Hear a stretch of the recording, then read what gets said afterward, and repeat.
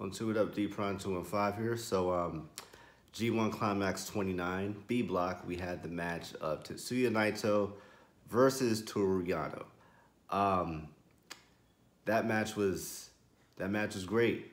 That match was great. Now, I don't think, like, if you're like a super duper, well, in hip hop we would call these people like hippity hop, lyrical miracle, spiritual trio type dude in the swimming pool and all that. But like, I guess with wrestling, I can't think of like a comparable analogy or phrase. But if you're like a super duper uber wrestling purist, you might not like this match.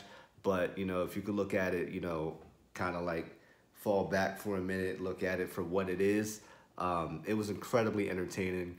I also mentioned another thing about Toru Yano. If you watch my previous video where I speak about pro wrestling and hip hop, I mentioned that Toru Yano was one of my favorite wrestlers because, like, he might not necessarily always go the technical route, which he's very capable of. A lot of people, you know, tend to forget that because he has a lot of humor, but he can actually wrestle well.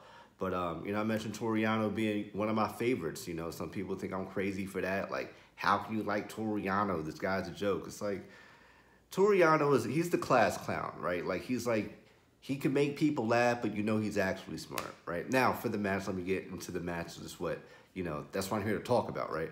I loved, like, it was short, but I loved how Tetsuya Naito tried to troll Toru Yano. I love, like, you know, the part where Naito, he gets Irish whipped into the ropes, and then, like, he does, you know, Yano's signature, like, he holds on to the rope, you know, sways back and forth, and he yells out. I don't know why Yano yells all the time, but I just go with it.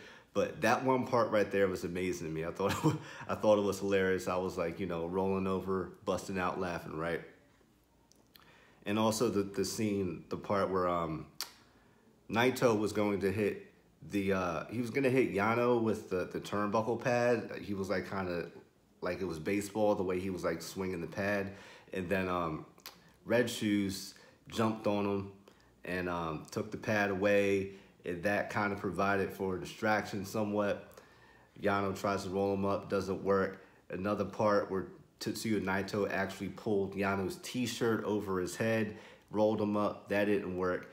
But then the ultimate was when Yano, he distracted the ref, he pulled the ref's shirt over his head, low blow Naito, pulled Naito's t-shirt over his head, rolled him up 1, 2, 3. So the overall moral of the story, pardon me for being long-winded, but the moral of the story is whenever you wrestle Toru Yano, never ever wear a shirt, t-shirt, anything, because that may lead to your downfall, no matter how great you are. As you can see, Tetsuya Naito, you know, arguably the most beloved in New Japan, especially in Japan, he fell victim to, you know, the greatness that is Toru Yano.